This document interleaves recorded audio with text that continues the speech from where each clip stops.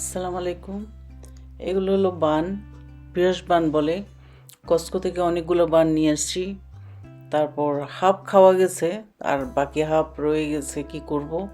পরে চিন্তা করলাম যে চিকেন দিয়ে একটা আইটেম করে ফেলি, ভিতরে চিকেনের স্টাফ দিয়ে।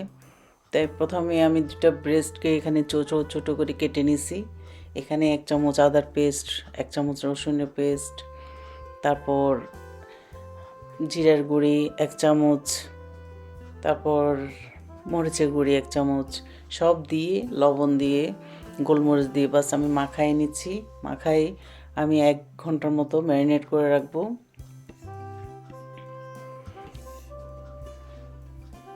তারপর একটা প্যানে দিয়ে দিচ্ছি বাটার। আমি বাটার দিয়ে রান্নাটা করব। বাটার দিয়ে আমি চিকেনগুলো দিয়ে দিলাম।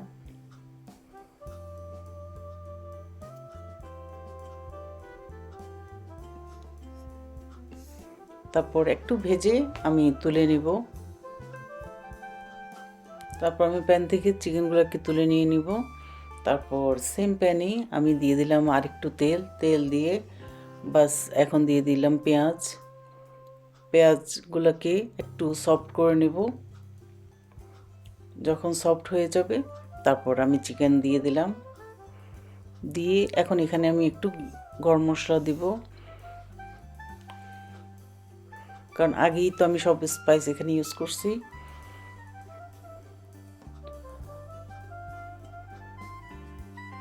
তারপর গরম মশলা, তারপর একটু লবণ আমি টেস্ট দেখছি, দিয়ে দেখি বাস ভালো করে নাড়াচাড়া দিয়ে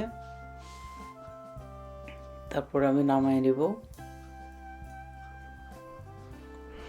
তারপর নামানোর আগে একটু মেয়োনেজ দিয়ে দিছি। তারপর দিয়ে দেবো একটু চিজ দিয়ে বাস। এরপরে আমি প্রত্যেকটা বানকে মাঝখানে কেটে নিয়েছি। কেটে তারপরে মাঝখানে আমি এখন চিকেনগুলো দিয়ে দিব। দিয়ে তারপর উপরে আমি আবার একদম ভালো করে স্প্রেড করে দেব।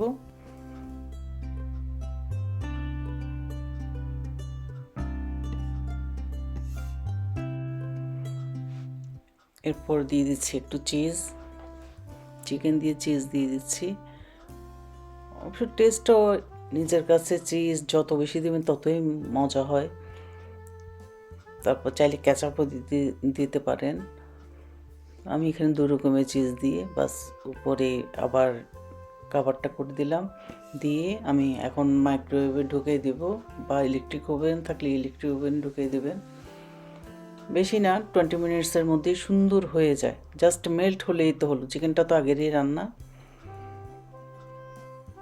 আমি 20 মিনিটসের মতো রাখছি। এরপর বাস আমাদের রাত্রে আজকে ডিনার এটাই। খুবই টেস্টি এবং খুবই ইয়ামি। বেঁচে যাওয়া বান দিয়ে এভাবে করে নিতে পারেন। আশা করছি ভালো লাগবে। আজকে পর্যন্তই। আল্লাহ হাফিজ।